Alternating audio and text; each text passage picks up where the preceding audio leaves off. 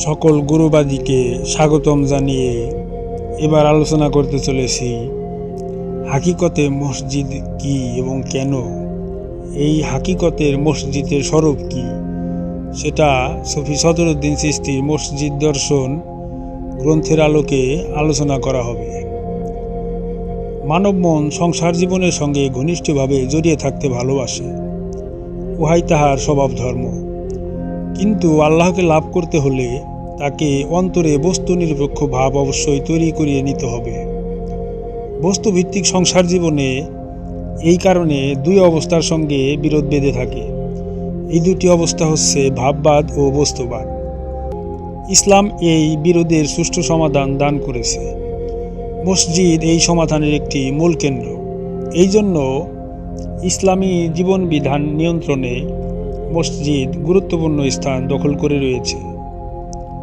ইসলামের মসজিদের সংজ্ঞা বুঝতে হলে প্রথমে ইসলামের প্রকৃত স্বরূপ বোঝা প্রয়োজন।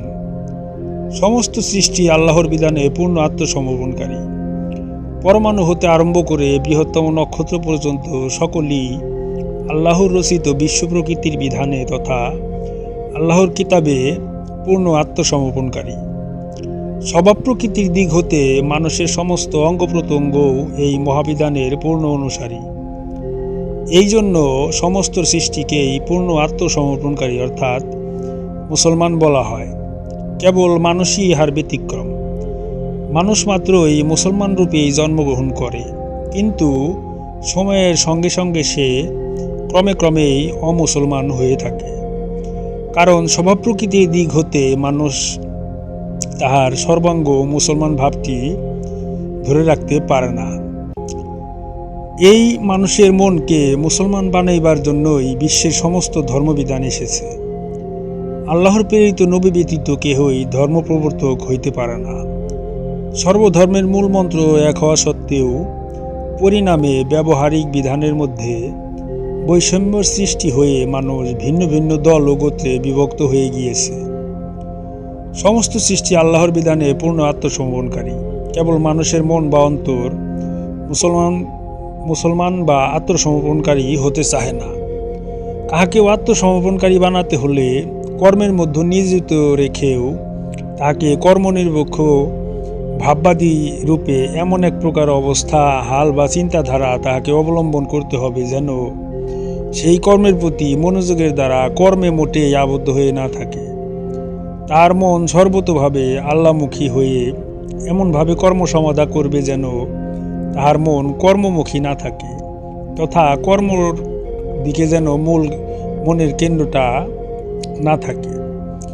অথচ দেহরক্ষা ও সমাজ রক্ষার খাতিরে কর্ম না করলেও চলে না। 24 ঘন্টার জীবনের মধ্যে কর্ম চিন্তার যে হালে মন যখন অবস্থান করে, সেই হাল হতে কর্মবাদকে দূরীভূত রেখে মনকে উহা হতে মুক্তি দান করে আল্লাহর ধ্যানে নিবন্ধ রাখতে পারলে উহা হাকিকতের আলোকে প্রকৃত মসজিদে পরিণত হয়ে যায়। সুতরাং দেখা যায় প্রত্যেক মানুষ তাহার দৈনন্দিন জীবনের প্রতিটি কর্মে বা চিন্তায় যখন সে বাস করবে, সেই কর্মে বা চিন্তায় অথবা সাধনার সাহায্যে সম্ভবপর করে তুলতে পারলে উহার প্রতিটি কর্মে বা চিন্তার মধ্যেও সে বাস করিবে মসজিদ রচনা করে, এবং তখনই প্রত্যেকটি কর্মই তাহার এক একটি বিশিষ্ট মসজিদ। সারাটি দিনের এই রূপ সকল মসজিদেই আল্লাহকে খাস করে ডাকবার আদেশ রয়েছে, যেন দিনে এলাহিতে মানুষ প্রবেশ করতে পারে। এই জন্য 24 ঘন্টার প্রতিটি অবস্থাকেই দুনিয়াদারি হতে মসজিদে রূপান্তরিত করে থাকবার চেষ্টা করা মানুষের একান্ত কর্তব্য। আমরা সমাজে যাহাকে মসজিদ বলে থাকি তা প্রকৃত হাকিকতের আলোকে মসজিদ নয়, উহা মসজিদের জাহিরি বা প্রতীকী রূপ মাত্র। প্রতীক প্রতিষ্ঠা করিয়া তাহার মাধ্যমে সত্যিকার মসজিদে প্রবেশ লাভের চেষ্টা চালাইবার যে সকল ব্যবস্থা সকলের অনুসরণযোগ্য করে ইসলাম ধর্মে রাখা হয়েছে, কেবল আমরা তার সঙ্গেই পরিচিত, তথা আমরা কেবলমাত্র ইট পাথরের তৈরি এই জাহিরি মসজিদের সাথেই পরিচিত। প্রকৃত অর্থে হাকিকতের মসজিদের সঙ্গে আমাদের পরিচয় এক প্রকার নাই বললেই চলে। তাই বলে ধর্ম এমন হালকা বিষয় নয় যে ওই হাকিকতের মসজিদের বিষয়বস্তুকে এড়িয়ে গেলেই আমরা আমাদের দায়িত্বকে এড়িয়ে যেতে পারব। তাই পরিশেষে বলা যায়, ধর্ম মানুষের সামগ্রিক অস্তিত্বের মূল বিষয়বস্তু, আর তা প্রকৃত অর্থে বহাল রাখতে হলে হাকিকতের মসজিদকে বুঝতে হবে। কামেল একজন মুর্শিদের শরণাপন্ন হয়ে তাহার সহবতের তার চরণধূলির মাধ্যমে প্রকৃত হাকিকতের মসজিদ কী এবং কেন, এবং হাকিকতের মসজিদকেই নিজের মাধ্যমে তথা নিজের মধ্যে ফুটিয়ে তুলতে হবে। তবেই আমাদের প্রকৃত অর্থে মুক্তি লাভ করা সম্ভবপর হবে।